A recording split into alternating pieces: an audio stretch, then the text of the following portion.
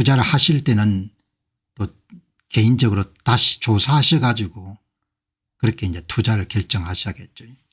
자, 여기 보시면은 2026년도 디지털 자산 암호화폐나 비트코인에 대해서 한 전문가가 과감한 예상을 합니다.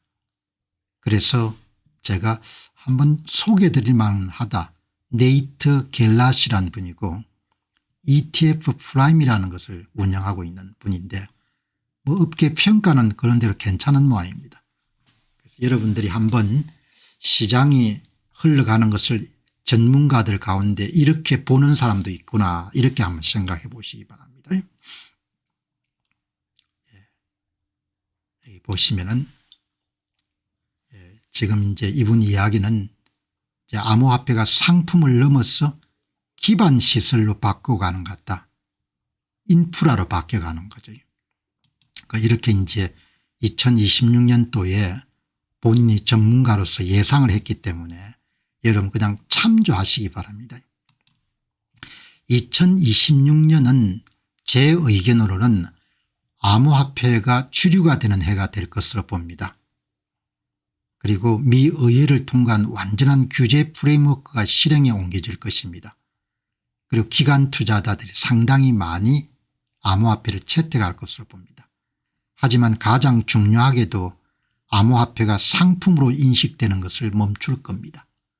그리고 인프라, 디지털 인프라, 기반 시설이나 레일이 되기 시작할 겁니다. 굉장히 낙관적인 그런 시나리오를 제시했네요. 참조하시고 다음에 여러분 보시죠. 그 다음에 이제 이렇게 여러분들 구체적인 제안을 또 했습니다. 이렇게 이 제안을 보시면은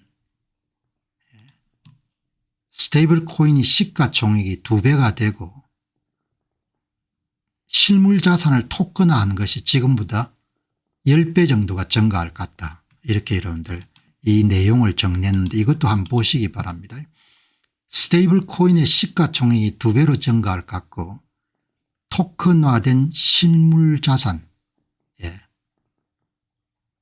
가 10배 정도 성장할 것 같고 AI 암호화폐 시장은 100억 달러로 성장할 것 같고 그래서 투자자들이 암호화폐의 5에서 10% 정도의 자산 배분을 권장합니다. 이분 이야기입니다. 이분 이야기니까 여러분들이 참조하시기 바랍니다. 암호화폐. 여러분 참조로 저는 비트코인은 투자하고 있습니다. 비트코인은 10%보다 조금 더 하고 있고 그다음에 다른 암호화폐는 제가 투자를 안 하고 있습니다. 그러니까 그거는 참조하셔 가지고 여러분이 결정하시면 좋겠습니다. 여기 이제 이런 내용을 제가 한번 번역을 해 봤습니다. 스테이블 코인이 시가총액이 2배로 증가할 것 같습니다. 특히 이제 그런 스마트 계약의 플랫폼을 제공한 이더리움이나 솔라나 등이 상당히 곽강을 받을 것 같습니다. 더 빠르고 국경 없는 결제가 가능할 겁니다. 리플이 굉장히 강점을 갖고 있는 거지. 토큰화된 실물 자산이 10배가 성장할 겁니다. 이걸 보게 되면은 미국의 아주 성공적인 재무 자문가인 릭 엘드만이 이야기한 2030년도에 토큰화 시장이 17조 달러 될 것이라는 것이 그렇게 과장은 아니겠구나 이렇게 생각합니다. 이제 내년도에 토큰화된 실물자산 주식 뭐 채권 부동산 이런 것을 토큰으로 만든 게 10배 정도 성장한다니까요. 여러분 참조하셨으면 좋겠습니다. 그러니까 여기 여러분들 이분은 암호화폐 5에서 10% 자산 배분을 권장합니다. 이렇게 이분 이야기를 소개한 겁니다. 이분 이야기를 소개한 거고 저는 비트코인 외에는 투자를 안 합니다. 그러니까 여러분들이 한번 참조하시고 이더리움이나 이런 부분들도 굉장히 유망할 걸로 보지만 뭐 투자는 안 합니다. 그러니까 이렇게 여러분들이 참조하셔 가지고 안목을 넓히는 차원에서 암호화폐에 대한 부정적 시각도 있습니다.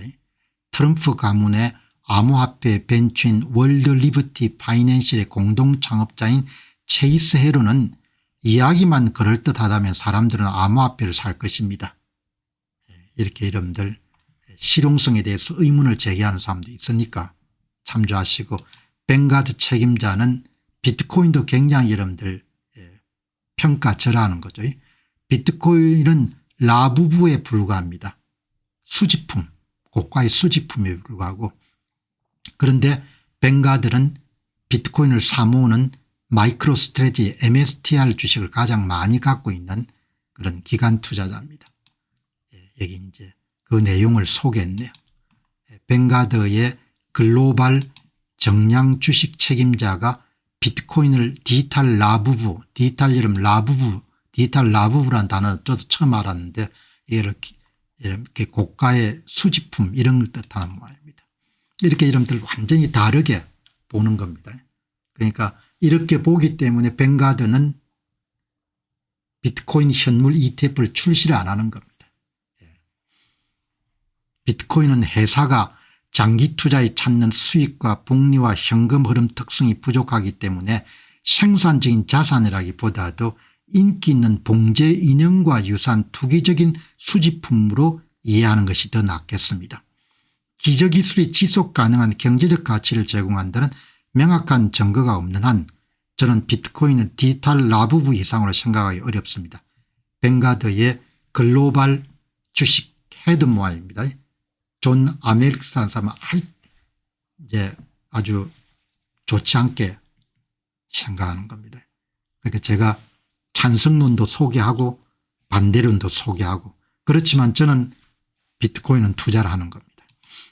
여기 이제 내용을 보니까 여기에 그가 토큰화와 같은 것들의 전망이 얼마나 강력하다고 믿는지 이야기를 하는 것을 들었어야 됩니다. 전통금융의 첫 번째 비트코인 노출은 현물을 사는 것이 아니고 대차 대조표를 통해 오고 있습니다. 대차 대조표란 것은 담보를 잡는 거죠. 그 격차는 바로 토큰화된 온체인 결제가 결국 해소하게 될 것입니다. 이분들은 뱅가드의 글로벌 정량 헤더에 대한 부분을 반대하는 의견인 거죠. 그렇게 여러분들 보시면 좋을 것 같습니다. 자, 그 다음 여기 보시면은 2016년 암호화폐에 대한 이야기를 좀 더 추가적으로 보도록 하겠습니다. 네이트 갤라시, 이제 이분이 이 업계에 있기 때문에 현장에서 뭘 느끼는지를 우리가 좀 배우는 겁니다. 우리가 현장을 갈 기회가 없으니까.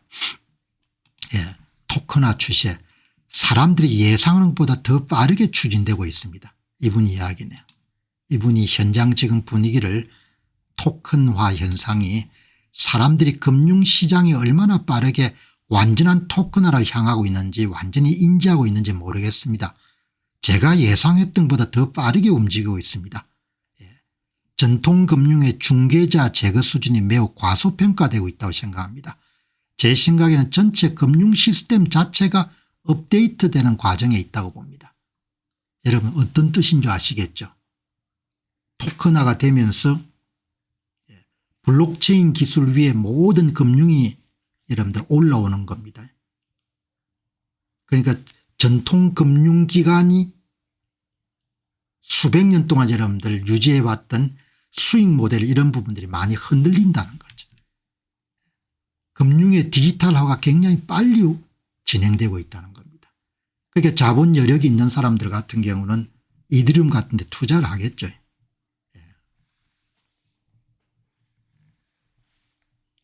그죠.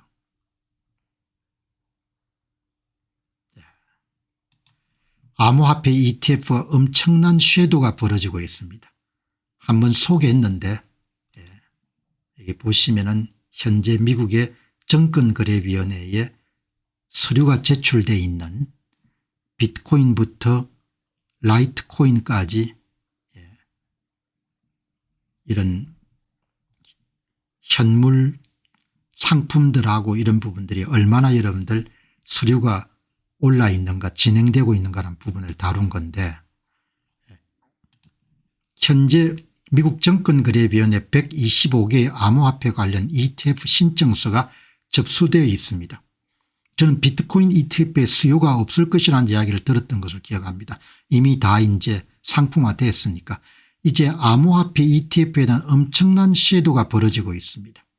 덧붙여 바스켓 지수 기반 암호화폐 ETF의 수요에 대해서 매우 낙관적입니다. 이 바스켓은 단일 여러분들 암호화폐가 아니고 상장지수 펀드와 마찬가지로 여러 개의 암호화폐를 묶어가지고 여러분들 만든 펀드인 거죠.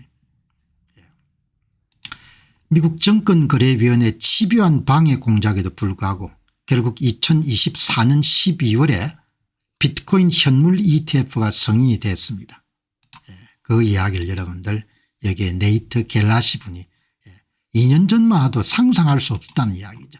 2년도 채 안 되었지만 현물 비트코인 ETF는 존재하지 않았습니다.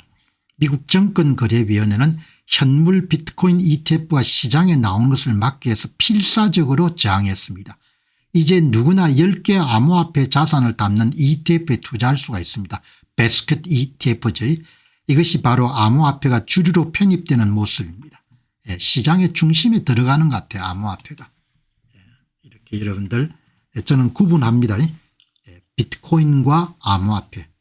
여기 이제 2017년부터 암호화폐에 특화된 자산운용사인 비트와이저, 비트와이저의 상품 구성원 가운데 비트코인 여러분들 구성이 74%, 이더리움이 15%, 그다음에 리플이 5.1%, 솔라나가 3.6%, 이걸 전체 묶어가 여러분 ETF를 또 판매하겠죠.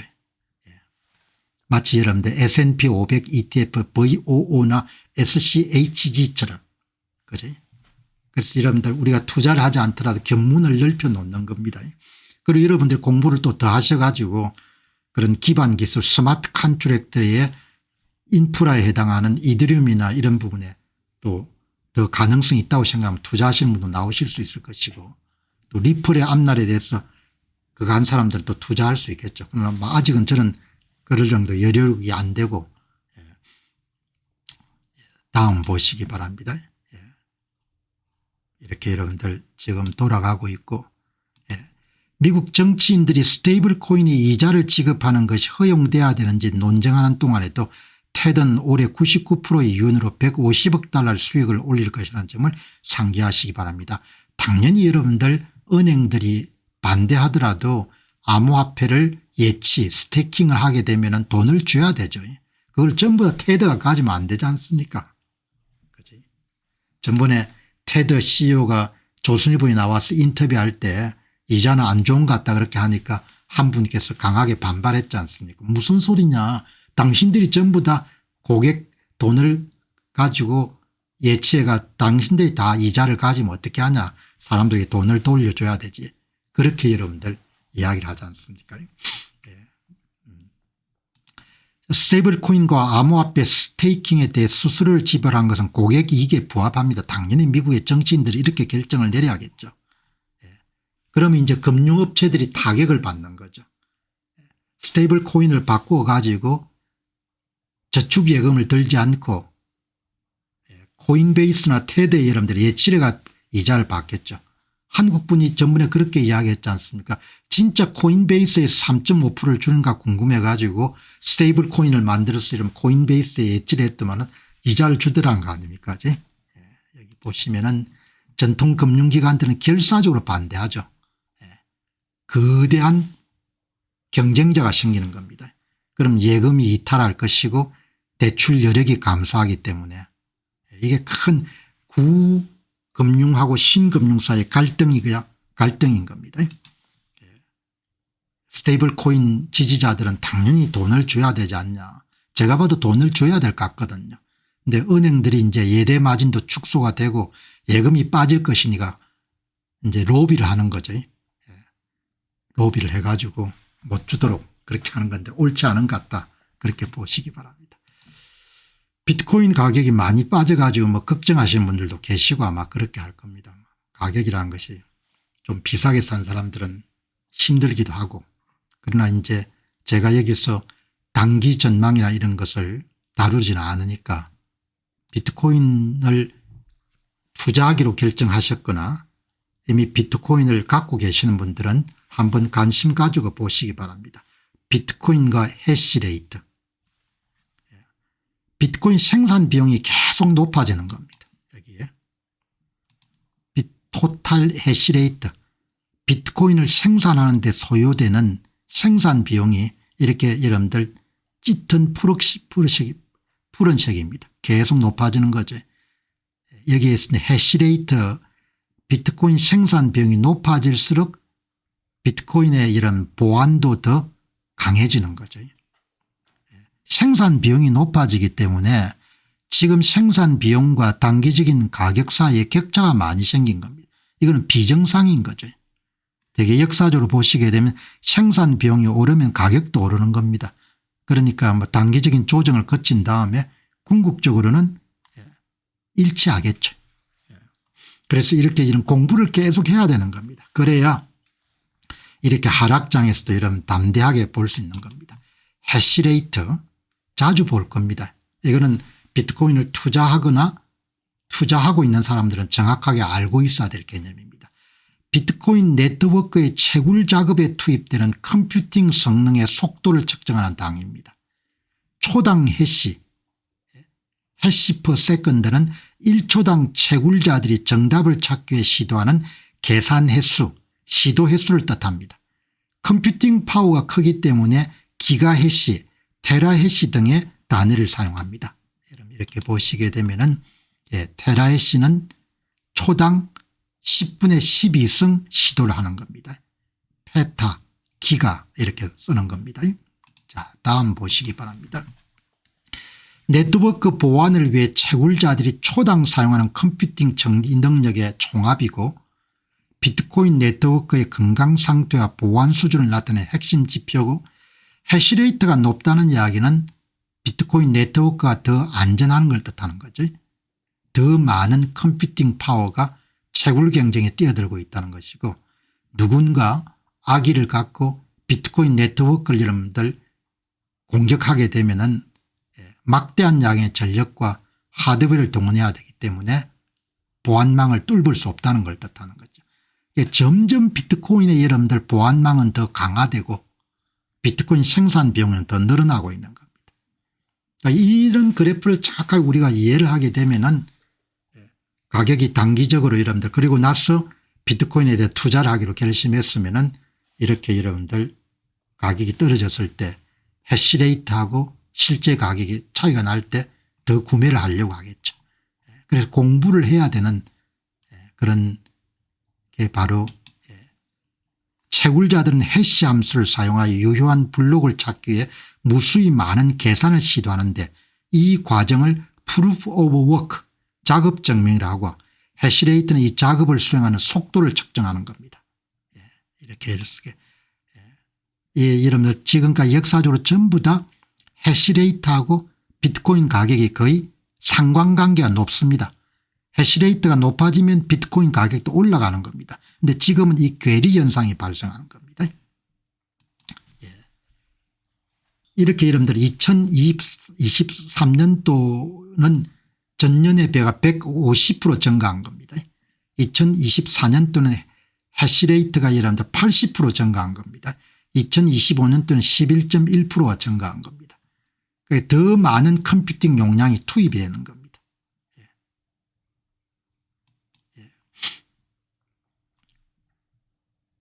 해시레이트는 2020년 초부터 2025년 말까지 전반적으로 꾸준하고 강력한 우상향 추세를 보였습니다. 이것은 비트코인 네트워크 보안에 지속적으로 자본과 에너지가 투입되는 것이 늘어나고 있다는 걸 뜻합니다. 2025년 말경에는 해시레이트가 높은 수준을 유지하며 행보 또는 소폭 하락하는 모습을 보이는 반면에 가격은 고점 대비 비교적 가파르게 하락하는 단기적인 괴리 현상이 관찰됩니다. 이거는 경제적인 상황이라든지 유동성이라든지 이런 부분들이 영향을 미치겠죠. 그래서 오늘 이 메릴랜드 HODL 긴 글을 쓰는 아주 똑똑한 분입니다. 이분 이야기는 비트코인을 투자하는 사람들은 가장 관심 있게 봐야 될 것이 가격 정보가 아니고 해시레이트다 이야기죠. 비트코인의 수용 정도를 이해하기에 필요한 유일한 지표는 해시레이트다. 해시레이트는 실제 에너지, 자본, 인프라 같은 물리적 자원을 네트워크 보안에 투입하고 있다는 것을 뜻하기 때문에 그것이 꾸준히 우상향한다는 겁니다. 다르게 하면 비트코인 생산 비용이 계속해서 커진다는 거죠. 뭐 시장의 심리, 소문 이런 것은 변할 수가 있지만 해시레이트는 조작이 될 수 없고 그렇기 때문에 비트코인은 가격 단말기를 넘어 가지고 인프라 수준에 채택되고 있는 가장 명확한 신호가 바로 해시레이트 정보다 이야기죠. 해시레이트가 꾸준하게 성장하고 있다는 겁니다. 이렇게. 가격은 네트워크를 보호하는 근본적인 물리적 현실과 일치할 것으로 봅니다.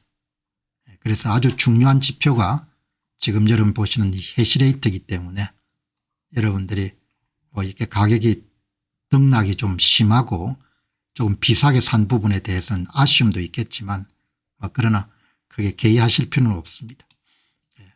해시레이트는 네트워크 보안에 투입되는 물리적 에너지 자본 인프라를 반영하고 있기 때문에 사실상 비트코인의 생산 비용을 뜻하는 겁니다. 가격은 생산 비용과 거의 같이 움직여야 되는 거죠. 가격이 생산 비용과 단기적으로 격차가 발생할 수 있지만 중장기적으로 생산 비용과 가격은 일치해야 됩니다. 그렇게 여러분들 참조하시면 좋을 것 같습니다. 내려가는 장에는 투자를 안 하는 게 나은 건지 사는 게 나은 건지 모르겠습니다. 이렇게 이야기했는데 고민들이 많죠. 근데 대략은 여러분들 본인이 투자를 할 때는 대략 감이 있지 않습니까? 뭐 SMHX 같은 경우에는 한 35불에서 37불 정도 되면 굉장히 괜찮은 가격이다. 그렇게 자기가 갖고 있는 가격이 있죠. 그럼 그때는 뭐 자기 자원의 3분의 1이나 이렇게 흘러가 사는 거죠. 오늘 마이크로 스트래티지가 160불 때까지 밀린 겁니다. 그럼 자기가 평소에 갖고 있는 견해가 있을 거 아닙니까? 내가 마이크로 스트래티지를 250불부터 샀는데 160불 되는 굉장히 싸다. 그럼 전체를 다 투입할 수는 없지만 내가 갖고 있는 자원의 한 5분의 1 정도를 산다든지 그렇게 할 수가 있는 거죠. 여기 이제 계신 분들이 비트코인이 8만 원 되면 좀 괜찮은 가격 같다. 그러면 뭐 조금 흘러가 좀 사는 거죠. 그지?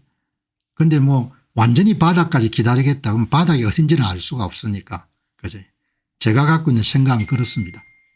그러니까 오늘 MSTR 뭐 요즘에 소문이 안 좋지 않습니까?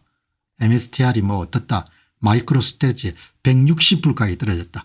야, 이거는 너무 싸다. 내일 또 150불까지 떨어질 수가 있죠. 그러나 이제 제가 갖고 있는 기준은 160불 정도면 좀 싸니까 조금 사는 거죠. 조금. 그러니까 이제 자기가 확신을 갖고 있는 마이크로 스트래티지가 망할 거다 이렇게 생각하는 사람들 투자를 할 수가 없지 않습니까? 그지? 마이크로 스트래티지가 망하면 비트코인이 망하는 거지 이렇게 생각하는 사람들 같으면 조금 사는 거죠. 그렇게 여러분들 보시면은 좋을 것 같습니다. 자, 여러분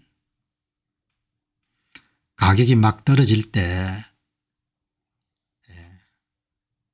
제가 이야기를 이렇게 하지 않습니까? 한 분께서 어제 방송 보고 글을 남긴 겁니다. 제가 비트코인을 1.82에 보유하고 있는데 지금 계좌가 녹아내리고 있습니다. 녹아내리는 계좌를 볼 때마다 지금은 차트를 보기도 겁이 나는 나날인데 그래도 처음 비트코인에 투자를 결정했을 때 비트코인에 대한 미래의 가치에 대한 믿음이 확고히 투자했는데 요즘 같아서는 그 믿음이 흔들리는 것 같습니다. 공 박사님이 채널을 통해 다시 비트코인에 대한 미래 가치에 대한 굳건한 믿음을 다시 한번 굳히고 갑니다. 최소 5년의 기간을 투자할 생각으로 시작했는데 지금 흔들리는 마음과 불안한 마음을 진정시켜 주네요. 감사합니다. 이렇게 여러분들 이야기를 하셔가지고 싸게 살 수 있으면 좋죠. 10,000불에 샀으면 더 좋은 거고 20,000불에 샀으면 더 좋은 거고 3만 불에 샀으면 더 좋은 건데 오늘 이 업계에 이 비트코인을 옹호하는 사람들을 업계에서 긴 글을 쓸 수 있는 뭐 그렇게 아주 흔하지 않는 사람 가운데 하나가 메릴랜드 앤드 페더라는 이분입니다. 그래서 이 뭐 사람들이 많이 안 봅니다. 14,000명 정도 팔로우가 있으니까 저는 이분이 쓴 글은 좀 꼼꼼하게 읽어봅니다. 이번에는 무슨 이야기를 했나. 그죠? 비트코인 가치에 대한 핵심 모델 이런 글을 기고한 겁니다. 가격이 한참 여러분들 추락하는 상황에서 한번 들어보시기 바랍니다. 비트코인을 투자한 사람들은 가격 변동보다는 물리적 투자와 사회적 신뢰의 변화에 좀 더 관심을 가져야 됩니다. 물리적 투자는 해시레이트를 이미 봤으니까. 해시레이트를 봤으니까 비트코인 생산 비용이 계속 올라가는 겁니다. 이것은 디지털 시스템의 물리적 피지컬 앵커로서 유일하게 의미 있는 파워 법칙적 사고가 적용되는 영역입니다. 더 많은 컴퓨팅 파워가 계속 투입돼 가지고 비트코인 여러분들 안전망이 훨씬 더 강해지는 겁니다. 이거는 이제 물리적 투자 측면이고 그다음에 이분 이야기는 자기가 볼 때는 지금 유행하고 있는 그런 맥법칙이나 이런 부분들이 비트코인 가격 변동을 과소 추정하고 있는 것 같다 이렇게 보는 겁니다. 여기 보시죠. 비트코인이 통화 가치를 흡수할수록 분모에 있는 법정화폐의 가치는 낮아지기 때문에 가격 기반의 파월로 맥법칙은 불완전하고 구조적으로 틀렸습니다.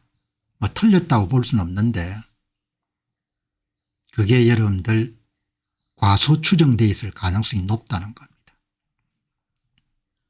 그죠? 예.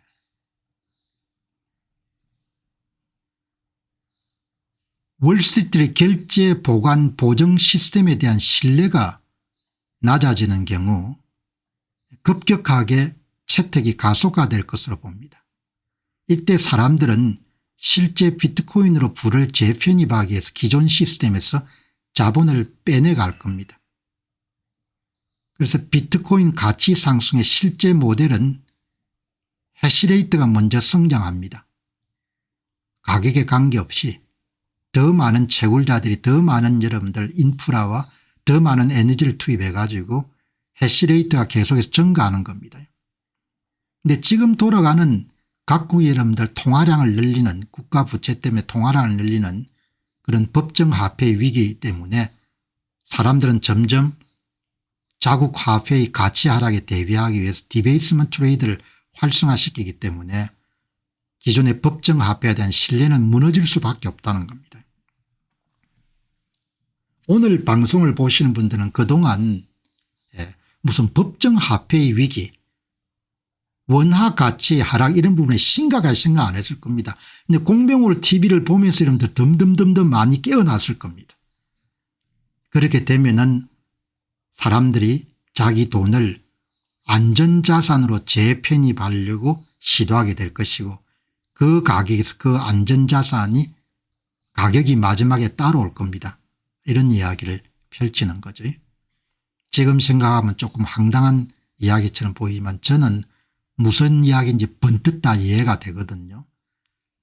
비트코인의 근본적 가치 동력은 물리적 투자의 지속적인 증가를 뜻하고 달러나 금 같은 일시적 지표는 비트코인의 본질적 성장을 제대로 반영하지는 못합니다.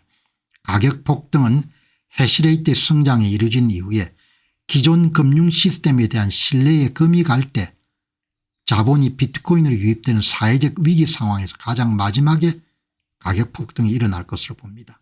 이렇게 하는 거죠. 예. 이분 이야기는 맥법칙의 상한치가 깨질 것 같다는 이야기를 여러 번 강조하죠.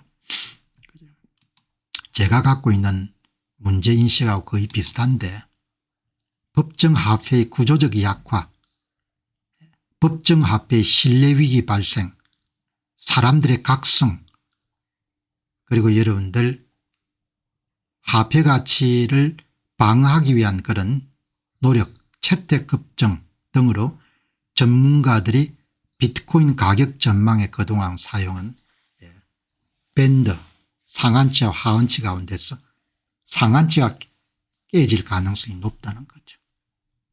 소수 의견입니다. 저는 이게 일어날 가능성이 높다고 보는 거죠. 맥법칙의 상한성 밴드가 여러분들 돌파할 것 같아요. 그러니까 여러분 어제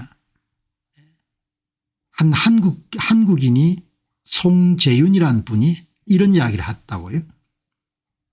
비트코인을 보유하는 것은 전 세계 글로벌 경제를 이해하는 것을 공부하게 하는데 강력한 동기를 부여하는 것 같습니다. 그런 글을 올렸더라고요.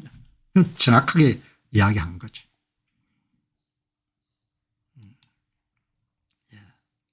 이러한 급격한 자본 유입은 기존의 가격 기반 파워 법칙이 제시한 상한선을 깨고 폭발적인 상승을 일으킬 것이라는 주장입니다. 제가 갖고 있는 생각을 한번 여러분들 지금 주장하고 합쳐가지고 이야기했는데 여러분 이 부분 관심 있게 들어놓으시기 바랍니다. 법정화폐에 대한 불신이 계속 쌓이는 겁니다. 그게 여러분들 올해 금값 폭등으로 나타났지 않습니까? 그게 해결될 가능성이 없다고 보는 사람이 많은 겁니다. 법정화폐의 문제, 기존 금융 시스템의 결제 보관 보정 시스템의 신뢰가 점점 허물어지는 순간에 사람들이 자산을 이동시키겠죠. 출구를 찾게 될 것이고 그러면 그다음에 마지막 과정에서 가격이 올라가겠죠. 그냥 가격이 증가하는 것이 아니라 폭등을 하겠죠. 이런 급격한 자본 유입은 기존의 연구자들이 발견해온 비트코인 가격 기반 파워 법칙, 맥법칙이 제시한 어퍼 바운드 상한선을 깨고 폭발적인 상승을 일으킬 것으로 봅니다. 이렇게 여러분 보시면 되는데 지금 여러분 이게 이제 100% 맞아떨어진다 이건 뭐 확신할 수는 없죠. 저도 이제 투자를 할 때는 가설을 갖고 미국 사람들이 좋아하는 디시스를 갖고 여러분들 인베스트먼트 디시스라고 하지 않습니까? 투자 가설을 갖고 이야기하는데 저는 제가 갖고 있는 비트코인 투자에 대한 가설은 지금 이 슬라이드 한 장으로 여러분 압축되는 겁니다. 내가 왜 여러분들 비트코인에 투자하는가 그럼 여러분 이렇게 볼 수가 있는 겁니다. 이거는 거부할 수 없는 거역할 수 없는 큰 흐름이다 이렇게 보는데 뭐 이게 맞아떨어지지 않으면 손해를 좀 보겠죠. 그래서 여러분들 한번 정리하죠. 무난한 투자, 무난한 투자는 달러 표시 미국 성장주에 투자하는 겁니다. 미국 성장주 ETF에 자주 말씀드렸다시피 SCHG, 나스닥의 QQQM, 기술주의 FTC, XLK, 반도체 섹터의 SMHX, SMH. 여러분 이렇게 여기 그냥 무난하게 한 분이 주식 얘기도 좀 해 주세요. 아니 주식 이야기 뭐 할 게 뭐 있냐 이야기죠. 테슬라요. 주식 얘기도 좀 해 주세요. 아니 주식 이야기 뭐 더 할 이야기 어디 있어요. 주식 이야기가. 내가 테슬라 사시오 뭐 구글 사시오 이런 걸 내가 뭐 할 수는 없습니까. 지금 여기 다 이야기하지 않습니까. 결론 다 나와 있네요. 미래를 준비하는 무난한 투자는 이렇게 하면 된다 이야기죠.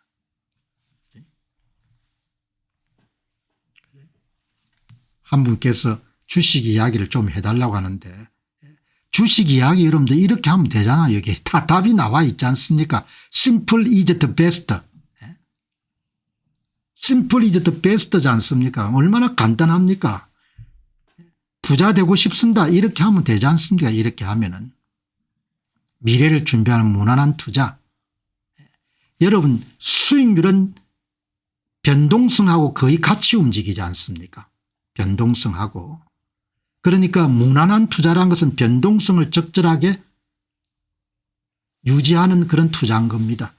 여기서 지금 여기서 이 ETF 투자 가운데서 가장 여러분들 무난한 투자가 SCH이지 않습니까? 변동성이 낮고 수익률도 상대적으로 좀 낮은 겁니다. 여기서 가장 여러분들 변동성이 높은 투자가 뭡니까? SMHX하고 SMH 변동성이 높은 겁니다. 수익성하고 변동성 같이 움직이는 겁니다. 그래서 오늘 여기 방송 들으신 분들이 무난한 투자를 원한다. 그러면 이렇게 투자하면 되는 겁니다. 이렇게 투자하면은 그냥 세월 가면 그냥 재산이 자동적으로 불어나게 돼 있지 않습니까? 그런데 자기 자산 가운데 일부는 아주 특별한 수익을 기대하는 아주 높은 수익을 기대하겠다. 그런 비대칭적 수익률을 기대하는 투자자라면 자산 가운데 아주 일부를 비트코인에 투자하는 겁니다. 어떤 사람 10% 어떤 사람 5% 이렇게 되겠죠. 그지? 이렇게 이러면 투자하면 되는 겁니다. 그런데 변동성이 억수로 큰 겁니다. 그건 감수해야 되는 거죠. 수익성이 높다는 이야기는 변동성이 커질 수밖에 없으니까. 그런데 보통 사람들은 비트코인 변동성을 참아내기가 힘들기 때문에 10% 넘어서 안 되겠다 이렇게 이야기하는 겁니다. 여기 보시게 되면은 여기 보면은 여기 이제 여러분들 이 내용을 여러분 지금 이 내용 있지 않습니까? 지금 방송한 내용 이 내용을 여기 한 분이 이야기하는 겁니다. 이 게시물을 이해할 때까지 반복해서 읽어야 됩니다. 여기에 공개되고 있는 많은 진실들이 있습니다. 한 사람이 이러지 않습니까? 사람들의 시간 선호도가 높기 때문에 못 참아낸다 이야기죠. 참아낼 수가 없기 때문에 그래서 비트코인 투자를 많이 할 수가 없다. 많이 해서도 안 되고 이게 에고맨 CEO님이 정확하게 지적한 겁니다. 모두가 이 게시물을 이해할 때까지 반복해서 읽어야 됩니다. 아주 잘 쓴 글이지 않습니까? 이거를 완전히 소화해 가지고 내 생각까지 더한 게 여러분들 이 한 장으로 정리가 되는 겁니다. 오늘 여러분들 이분 이야기를 가지고 내 생각을 합쳐 가지고 여러분 정리한 것이 바로 여기에 슬라이드 한 장에 들어있는 겁니다. 그러니까 오늘 여러분들께서 주식 이야기 해달라고 그렇게 막 요구할 게 아니고 너무나 뻔하지 않습니까? 그냥 무난한 투자 자기 자산의 70에서 90% 정도는 미래를 준비하는 무난한 투자를 하시고 10% 정도는 특별한 수익을 기대할 수가 있다. 이렇게 보시면 좋겠습니다. 자, 여러분 이렇게 뭐 가격이 하고 뭐 이렇게 할 때 확고하게 여러분들 비트코인에 대한 이해를 하고 있어야 되는 겁니다.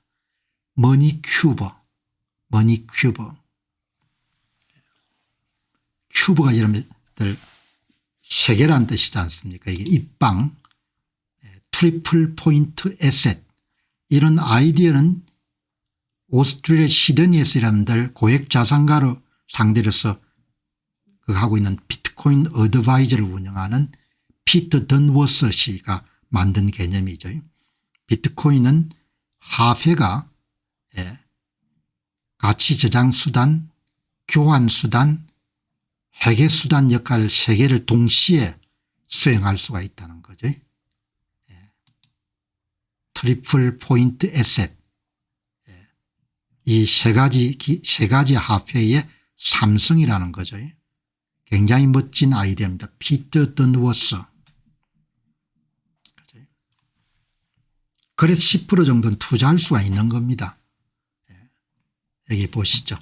비트코인 심층 이해를 하기 위해서는 트리플 포인트 에셋이라는 것을 정확하게 이해해야 되고 머니 큐브라는 개념을 이해해야 되고 비트코인 어드레스블 마켓 TAM이라는 컨셉을 이해해야 되는 겁니다. 세 가지가 별개가 아니고 다 하나인 겁니다. 이거를 이해해야 그다음에 투자를 할 수 있는 겁니다. 비트코인 가격이 여러분들 한 8만 불에 내렸는데 내가 여유 자금이 좀 있다. 그럼 어떻게 결정할 거냐, 이런 개념이 정리가 돼 있으면 투자 결정을 하기가 굉장히 수월한 거죠. 세 가지 기능을 다 합친 복합적인 화폐인 겁니다. 보시면은 머니큐브드라는 개념은 비트코인 가치 논의를 그냥 가격에 맞추는 것이 아니고 전 세계 금융 시스템의 구조적 변화란 더 큰 관점으로 봐야 된다는 거죠. 그래서 이런 비트코인을 더 잘 이해하게 되면은 구글 주식을 살 거냐 비트코인을 살 거냐 그런 고민이 아닌 겁니다. 테슬라 주식을 살 거냐 비트코인을 살 거냐 그런 종류의 비교가 아닌 겁니다. 관점이 그렇게 중요한 겁니다. 비트코인을 단 하나의 시장에서 경쟁한 자산이 아니고 세 가지 가장 근본적인 화폐 영역을 동시에 파괴하고 대체하고 있는 것으로 인식해야 된다는 프레임워크입니다. 어마어마하게 여러분들 중요한 거죠. 가치 저장 수단, 교환 수단, 계정 단위, 모든 화폐가 각각을 담당하는 겁니다. 화폐 1 가치 저장 수단, 화폐 2 교환 수단, 화폐 3 계정 단위, 화폐 1, 화폐 2, 화폐 3 하나가 이런 화폐가 다 포함한 것이 바로 비트코인이라는 이야기죠.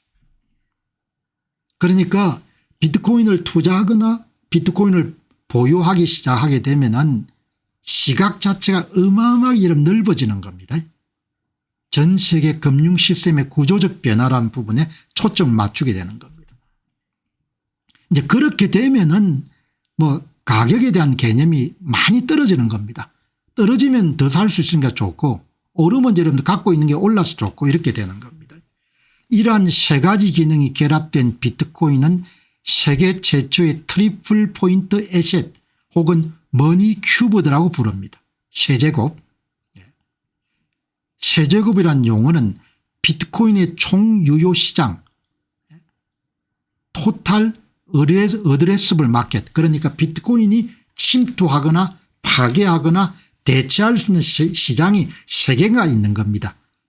세 가지 시장을 동시에 대체하거나 파괴하기 때문에 가격 성장률이 선형이 아니고 세제곱 형태의 복합적으로 증가하는 겁니다. 그러니까 여러분들 이런 개념을 딱 알고 있으면은 그러면 내가 만 불 때 못 들어갔지만 8만 불 때는 들어갈 수 있는 용기가 생기는 거죠. 그런데 이제 그게 안 되면은 뭐 힘든 거죠. 이 세 가지 기능이 한 번에 결합되어 작용함으로써 비트코인의 잠재적 가치는 단순 합산이 아니고 더하기가 아니고 곱하기 폭발적인 방식으로 커진다는 관점입니다. 언제 그게 가능합니까? 시간이 좀 걸려야겠죠. 왜? 그게 채택되는데 시간이 있으니까, 시간이 걸리니까. 그러니까 시간 선호도가 낮으면 비트코인을 가질 수 있지만 시간 선호도가 높아가지고 지금 당장을 원하면 가질 수가 없는 거죠. 그래서 buy, hold and forget인 거죠. 앞에서 말씀드린 거 가지고 5년 정도가 안 되는 거죠. 더 가질 생각을 해야 되는 거죠. 이 피터 던워스의 트리플 포인트 에셋 머니큐브드라는 프레임워크에 따르면 미래 가치 평가는 단기적인 가격 예측이 아니라 고정된 공급을 가진 비트코인 프로토콜에 계속 확장하는 글로벌 경제활동에 부딪힐 때 시스템이 가치를 재조정할 수밖에 없는 경제 물리학의 논리적 기결점으로 간주됩니다. 여러분 이게 무슨 말인고 하니까 공급이 제한되어 있는데 새 영역에서 화폐 수요가 급증할 거란 이야기죠. 그럼 가격이 조정될 수밖에 없는 겁니다. 다른 재화나 상품 같으면은 공급이 조정될 건데 공급이 조정 안 되는 거니까 가격이 조정될 수밖에 없는 겁니다. 여러분 지금 오늘 이 부분 방송은 몇 번 들어보시기 바랍니다. 방송 오늘 마치면은 이 부분만 수없이 한번 들어보시기 바랍니다. 이 부분에 그냥 내가 도가 통했다 그러면은 장기 보유회가 성공할 수가 있는 겁니다. 새로운 각도로 세상을 보고 사물을 봐야 되는 거죠. 그 여러분들 카메라 앵글을 누가 제공했냐. 오스트레일리아의 시드니에 있는 피터 더노스라는 사람이 제공한 겁니다. 트리플 포인트 자산 머니 큐버드 비트코인 총 유효 시장.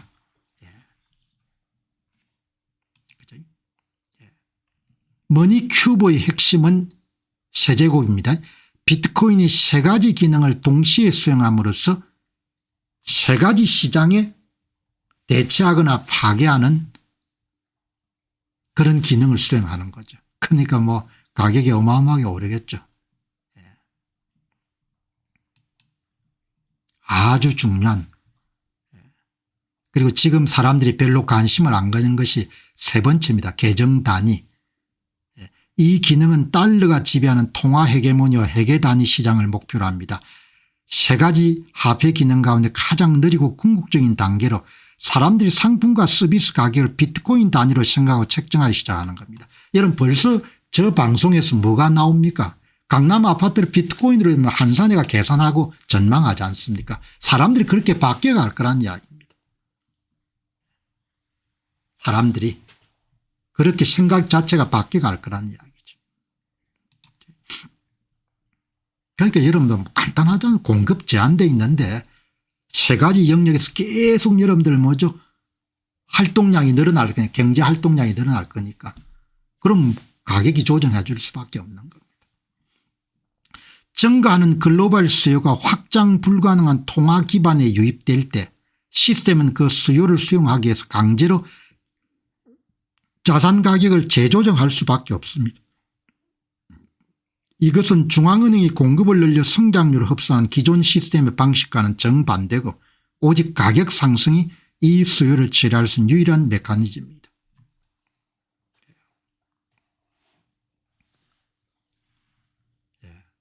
여러분 어마어마하게 중요한 겁니다. 이거를 이해를 하셔야 되는 겁니다.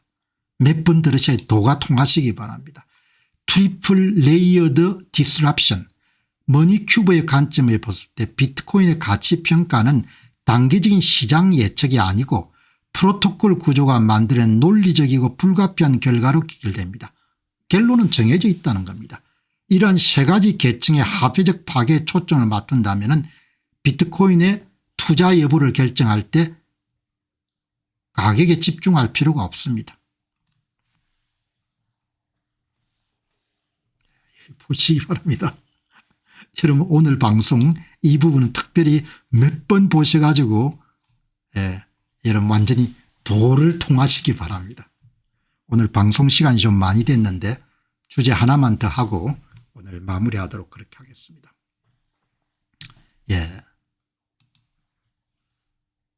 여러분 오늘 지금 이 방송도 상당히 중요합니다.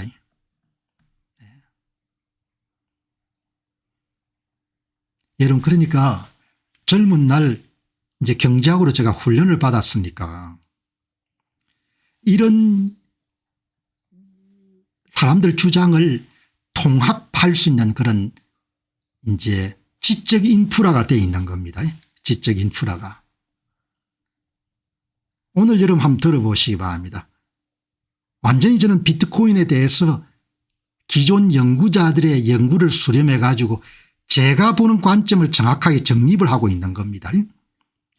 여러분들 앞에서 바로 전 방송하고 이 방송은 여러 번 보시기 바랍니다. 여러 번 몇 번 해가지고 여러분들 남한테 자기 이야기처럼 여러분들 설명할 수 있을 정도까지 올라가면 그때 여러분들 진짜 부자가 될 겁니다.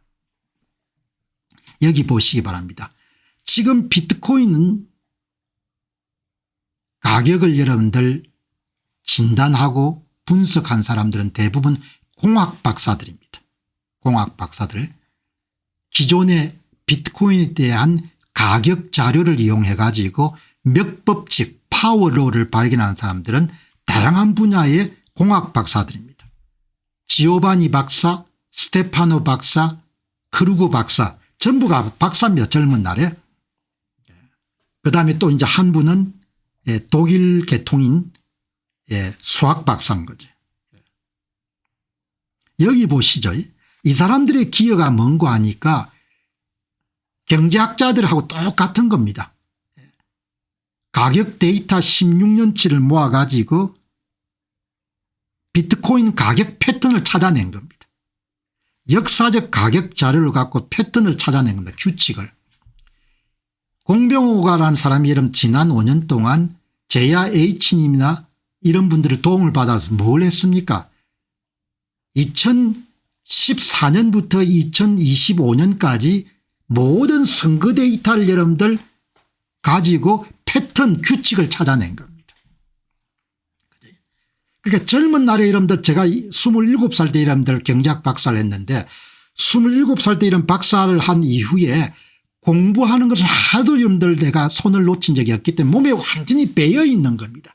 그러니까 비트코인 가격이든 한국 선거든 전부가 뭡니까 같은 프레임워크 가지고 이런 접근하는 겁니다. 그러니까 도망갈 수가 없는 겁니다. 전부 다 파악을 하는 거죠. 5년 동안 한 게 뭐냐야 대한민국 선거관리위원회가 공식적으로 발표한 모든 선거 데이터를 가지고 역사적 선거 자료하고 패턴 규칙을 찾아낸 겁니다. 지금 여러분들 모두 비트코인 공부 시작해가지고 한 6개월 만에 뭘 찾아낸 겁니까? 규칙을 찾아낸 겁니다. 이 여러분들 누군가 지오바니 박사입니다. 이탈리아계. 이런 사람들 하는 거 보시면 The Physics of Bitcoin. 비트코인은 물리학이다 이야기하지 않습니까? 경제학을 물리학으로 보는 사람이 많거든요. 그래서 학부에서 수학을 전공한 사람들이 경제학 박사를 많이 하지 않습니까?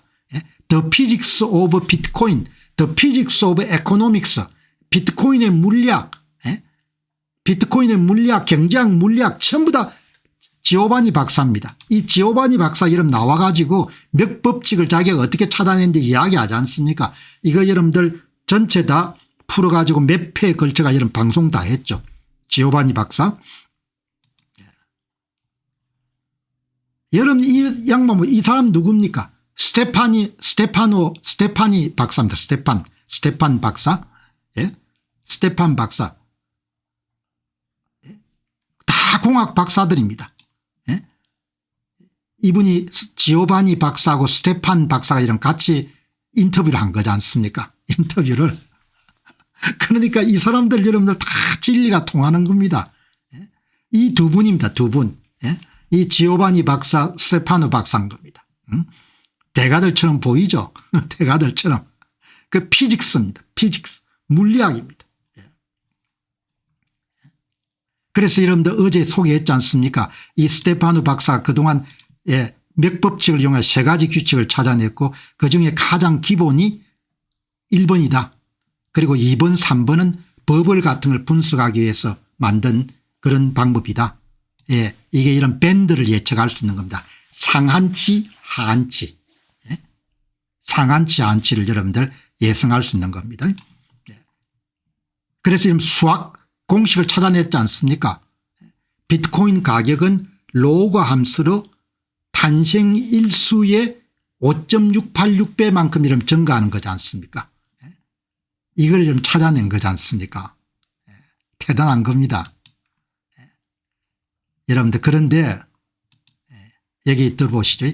비트코인의 몇 법칙은 3명의 공학 박사가 여러분들 검증한 것은 스태틱 어널리스 정태적 분석인 겁니다.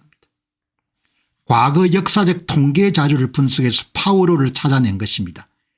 경제학에서 말하는 세트리페리 박사 다른 조건이 일정하다면 그런 가정하에서 찾아낸 이름들 가격 결정 공식입니다. 그런데 시간이 가면 기간 채택률이 증가되고 대중들이 각성하고 법정화폐의 신뢰도가 좀 추락하게 되면 시장의 수요 구조 자체가 폭발적으로 바뀔 수 있습니다. 그러면 과거 패턴은 당연히 동태적 분석으로 바뀌어야 될 겁니다.